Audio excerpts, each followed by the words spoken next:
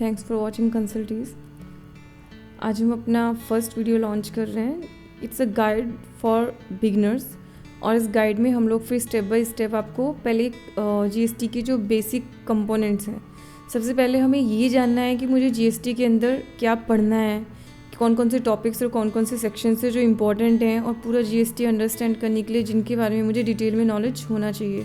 तो आज की गाइड के अंदर हम आपको पूरा ओवरव्यू देंगे ऑफ एंटायर जीएसटी, इंक्लूडिंग कि उसके इम्पॉर्टेंट सेक्शंस कौन कौन से हैं। उसके बाद उसके एक एक इम्पॉर्टेंट सेक्शन को हम लोग 1 by 1 in coming series of videos cover करेंगे। तो सबसे पहले स्टार्ट करते हैं ये जीएसटी गाइड। तो कोई भी टैक्स लेवी होता है, सबसे पहले उसके लेवी सेक्शन से, यानी कि लेवी सेक्शन से मुझे पता चलता है उस टैक्स का बेसिक इंट्रोडक्शन। जैसे हमारा एक इंट्रोडक्शन होता है, ऐसे किसी भी टैक्स का इंट्रोडक्शन उसकी लेवी से आता है कि उसकी लेवी किस एक्टिविटी पे है, आप क्या ऐसा करोगे जिससे आप पे वो टैक्स एप्लीकेबल हो जाएगा। जीएसटी की जो लेवी है वो section 8 of CGST SGST and section 5 of IGST act से अप्लाई होती है। आपको जैसा कि पता है कि जीएसटी के अंदर आपके 2-3 टैक्सेस होंगे, सीजीएसटी एसजीएसटी हमेशा साथ लगेंगे और आईजीएसटी आपका on a different nature of transaction पे अलग लगेगा, इसीलिए उसका लॉ भी अलग है और इसलिए उस लॉ का जो सेक्शन है वो उसकी लेवी को जनरेट कर रहा है और सीजीएसटी एसजीएसटी का जो सेक्शन है वो उसकी लेवी को जनरेट कर रहा है। इस लेवी की डेफिनेशन को अगर आप रीड करोगे तो आपके कुछ इंपॉर्टेंट टर्म्स निकल के आएंगे जिनके बारे में हमें डिटेल में नॉलेज होना ज़रूरी है अगर हमें पूरे जीएसटी को समझना है।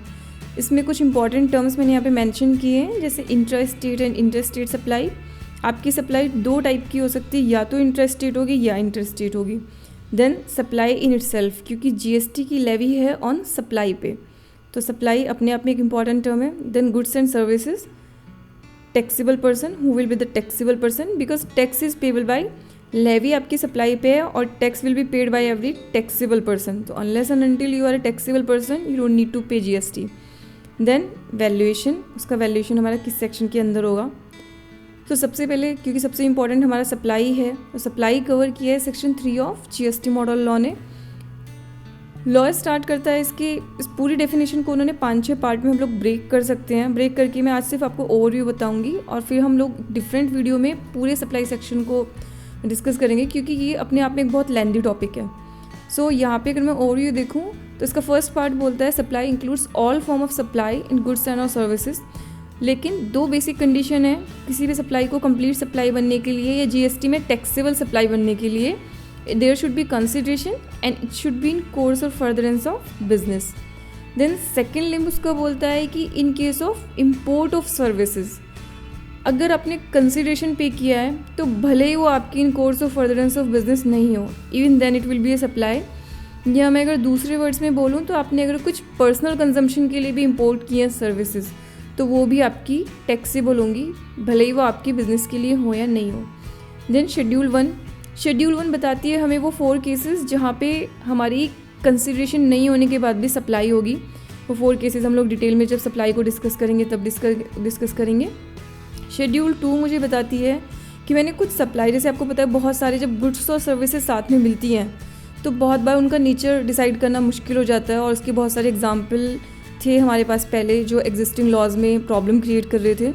तो उनको कहीं ना कहीं फिक्स करने के लिए लॉ ने शेड्यूल 2 बनाया है, जहाँ पे हमने उसकी नेचर फिक्स कर दिया है कि ईदर इट्स गुड्स और इट्स सर्विसेज। तो इसमें से वर्क्स कॉन्ट्रैक्ट है उनको मैंने सर्विसेज मान लिया, और आपकी जैसे रेंटिंग है या आपका जैसे सॉफ्टवेयर्स हैं तो उनको सर्विसेज मान लिया। तो कुछ वो आइटम्स को फिक्स कर दिया उनका नेचर यहाँ पे, ताकि फ्यूचर में किसी तरह का डिस्प्यूट अराइज ना हो। Then there are some of the goods which are neither supply of goods nor services. Schedule 3 और 4 हमारी दोनों उन्हीं को मेंशन करती हैं। तो ऑटोमेटिकली ये आपकी शेड्यूल 3 और 4 वाली जो सप्लाईज है जो वहाँ पे मेंशन है उन पे आपकी जीएसटी नहीं लगेगा, क्योंकि ना वो गुड्स की सप्लाई है ना वो सर्विसेज की सप्लाई है। Then composite supply and mix supply, वैसे अलग सेक्शन उसकी डेफिनेशन को कवर करता है, कंपोजिट सप्लाई को भी और मिक्स सप्लाई को भी। मैं फिर भी ब्रीफ में बता रही हूँ बस यहाँ पे, जहाँ पे आपकी एक प्रिंसिपल सप्लाई और एक एंसिलरी है, दैट इज़ कंपोजिट सप्लाई। यहाँ पे इंपॉर्टेंट सप्लाई की डेफिनेशन में उसको कवर इसलिए किया है उसकी टैक्सेबिलिटी के लिए। तो यहाँ पे हमारा एंटायर ट्रांजैक्शन पे टैक्स लगेगा कंपोजिट सप्लाई के केस में, जो मेरी प्रिंसिपल सप्लाई का टैक्स रेट है। और मिक्स सप्लाई यानी कि जहाँ पे मैंने डिफरेंट इंडिपेंडेंट नेचर वाली सप्लाईज़ को एक जगह पाइल अप कर दिया है। वो भी सेक्शन 266 में डिफाइंड है, लेकिन यहाँ पे बस हमें ये देखना है कि इसको टैक्स रेट लगेगा जो उस पूरे बंडल के अंदर हाईएस्ट टैक्स रेट है, that will apply to the entire supply. तो that was supply in brief. Next, अब टाइप ऑफ सप्लाई हमारी क्या होगी, जैसे मैंने आपको ऊपर बताया कि there will be 2 type of supplies, और उनकी नेचर जो है उसी पे डिपेंड करेगा कि मुझे टैक्स कौन सा पे करना है। तो 2 सप्लाई मेरी कौन सी हुई, इंटर स्टेट सप्लाई और inter state supply. Inter state supply पे मेरा CGST और SGST लगेगा, और यहाँ पे जब भी मैं SGST बोलती हूँ तो इसका मतलब उस पर्टिकुलर स्टेट की SGST है जहाँ से आप सप्लाई कर रहे हो। और इंटर स्टेट सप्लाई पे आपको IGST लगेगा। Ideally the IGST will be equal to the CGST plus SGST। Then अब कब मेरी इंटर स्टेट सप्लाई होगी, कब मेरी इंटर स्टेट सप्लाई होगी, ये दोनों के दोनों provision inter state supply and inter state supply cover किए हैं सेक्शन 3 और 4 ऑफ IGST लॉ ने। ब्रीफ में आपको बता देती हूँ वहाँ पे क्या है, although it's a long section, और आप अगर देखेंगे तो आपका प्लेस ऑफ सप्लाई, यहाँ पे 2 इंपॉर्टेंट टर्म्स हैं जिनको मुझे बहुत डिटेल में समझना होगा। That is location of supply and place of supply. Place of supply के लिए IGST लॉ के 4 सेक्शन डेडिकेटेड हैं, that is 7, 8, 9, 10।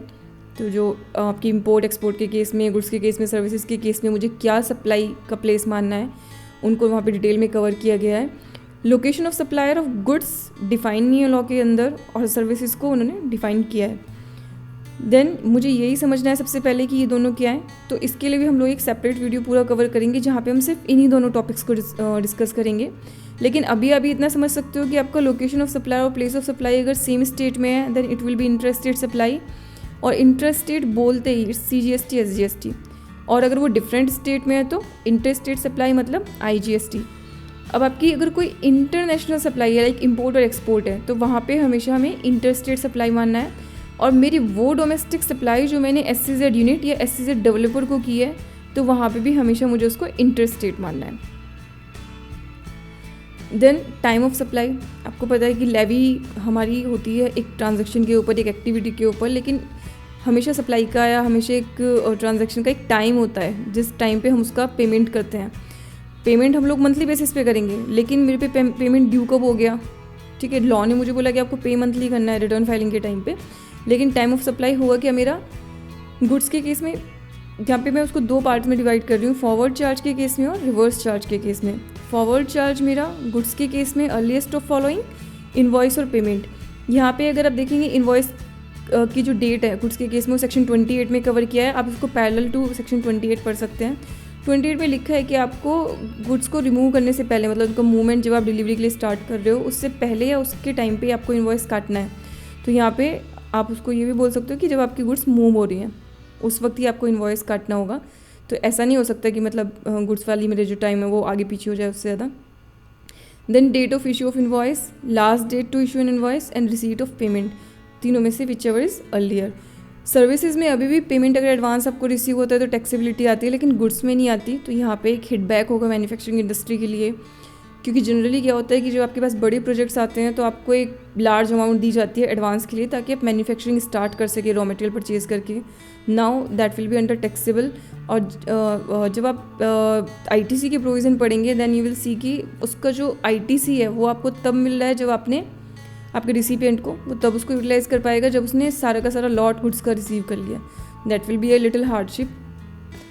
Then reverse charge के केस में जो मेरी date of receipt of goods है, डेट ऑफ पेमेंट और इनवॉइस प्लस 30, देखो यहाँ पे जो लाइबिलिटी है पे करने की वो आपके रिसिपिएंट के ऊपर है। तो रिसीट कौन करेगा, गुड्स रिसिपिएंट। जैसे आपने गुड्स रिसीव किया आपको एक्नॉलेज हो गई, you should pay tax. Date of payment, payment कौन करेगा, वो भी रिसिपिएंट। तो जैसे आपने पेमेंट किया इसका मतलब आपको पता चल गया अपनी सप्लाई का, देन इमीडिएटली आप पे टैक्सेबिलिटी आ गई, टैक्स पेमेंट की लाइबिलिटी आ गई आप पे। और अगर लेट्स सपोज अब इसमें इशू जो करेगा इनवॉइस वो आपका सप्लायर ही करेगा, तो वहाँ पे कम्युनिकेशन गैप है। तो वहाँ पे आपको इसलिए 30 डेज़ का टाइम दिया है कि अगर उसके फिर आप 30 डेज़ के अंदर भी अगर उसको एक्नॉलेज नहीं कर रहे हो तो you will be liable to pay tax. Same concept हमारी सर्विसेज के अंदर है, बस यहाँ पे रिसीट वाली कंडीशन नहीं है क्योंकि सर्विसेज के रिसीट होने का कोई विजिबल ट्रेल नहीं होता है। तो वो कंडीशन यहाँ पे इन्होंने लिखी ही नहीं है क्योंकि उससे फिर अल्टीमेटली कन्फ्यूजन्स क्रिएट होते हैं। तो जहाँ पे आपको पेमेंट कर दिया आपने या फिर आपका इनवॉइस प्लस 60 डेज़, तो वहाँ पे आपका टाइम ऑफ सप्लाई आ जाएगा। Input tax credit section 16 to 22 cover करते हैं इनपुट टैक्स क्रेडिट को। इनको हम कुछ 4-5 हिस्सों में बांट सकते हैं। सबसे पहले आपका सेक्शन बता रहा है कि basic eligibility input tax credit लेने के लिए मेरी क्या है, 4 कंडीशन पूरी होनी चाहिए।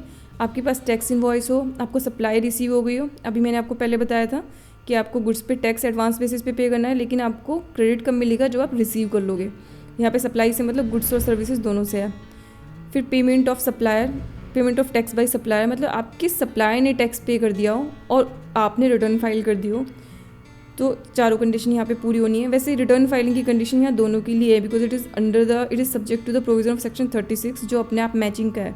तो आप मैचिंग करके क्रेडिट ले ही तब पाओगे जब आपका सप्लायर रिटर्न फाइल करेगा और आप भी इधर से रिटर्न फाइल करोगे। जब आप ना सेक्शन 17 कवर करता है उन केसेस को जब हमने मिक्स पर्पजेज़ के लिए सप्लाई को यूज़ किया है, जैसे taxable, non taxable, business, non business, वहाँ पे मुझे हमेशा प्रोपोर्शनेट क्रेडिट मिलेगा। और कुछ यहाँ पे ऐसी सप्लाईज़ है जिनके लिए मुझे क्रेडिट तब मिलेगा जब मेरी आउटपुट सप्लाई कुछ स्पेसिफिक हो, और कुछ ऐसी सप्लाईज़ भी जिनका क्रेडिट मुझे कभी भी नहीं मिलेगा। तो वो जब आप सेक्शन 17 और ITC के प्रोविजन डिटेल में रीड करोगे then you will be able to understand. तो हम लोग इसको भी एक सेपरेट वीडियो के अंदर कवर करेंगे as a chapter. Then next part section 18। Section 18 में वो पार्ट कवर किए गए हैं जब मैं किसी भी टाइम पे मैं सेक्शन 8 के अंदर एंटर कर रही हूँ, यानी कि मैं हो सकता है 9 से 8 में एंटर कर रही हूँ, या हो सकता है मैं फर्स्ट टाइम जब रजिस्ट्रेशन ले रही हूँ तब मैं 8 में एंटर कर रही हूँ। तो जब आप सेक्शन 8 की लेवी में एंटर कर रहे हो उस वक्त जो एक्यूमुलेटेड क्रेडिट है मेरे पास, क्योंकि लेट्स सपोज आप 20 लाख क्रॉस होने के बाद रजिस्ट्रेशन लेते हो, लेकिन आपको इनपुट क्रेडिट तो पहले से आना शुरू हो जाता है, ठीक है। या आप सेक्शन 9 में भी अगर 9 से 8 में आ रहे हो तो आपको ITC जो आपका वहाँ का तो वो मिल रहा है। तो उस केस में क्या होगा, आपको कौन कौन से एक्यूमुलेटेड क्रेडिट मतलब किस किस चीज़ का मिलेगा, कौन कौन से क्रेडिट मिलेंगे। या आप जैसे टैक्सेबल से एग्जेम्प्ट में, एग्जेम्प्ट से टैक्सेबल में आए, तो आप अगर उल्टा हो रहा है तो फिर आपकी रिवर्सल भी होगी क्रेडिट की। तो वो सारे के सारे प्रोविजंस यहाँ कवर किए गए हैं। देन इंटरेस्ट कैसे लगेगा आपके ITC की रिकवरी पे, जो आपने अगर लेट्स सपोज एक्स्ट्रा चार्ज कर लिया है तो, और आपका ITC send for the job work, वो हमें किस तरीके से कवर करना है उसके लिए सेक्शन अलग है। फिर ISD की कंसेप्ट यहाँ पे भी है, तो ISD किस तरीके से अपना क्रेडिट डिस्ट्रीब्यूट करेगा, and manner of recovery of credit distributed in excess, अगर ज़्यादा उसने डिस्ट्रीब्यूट कर दिया है तो वो कैसे होगा।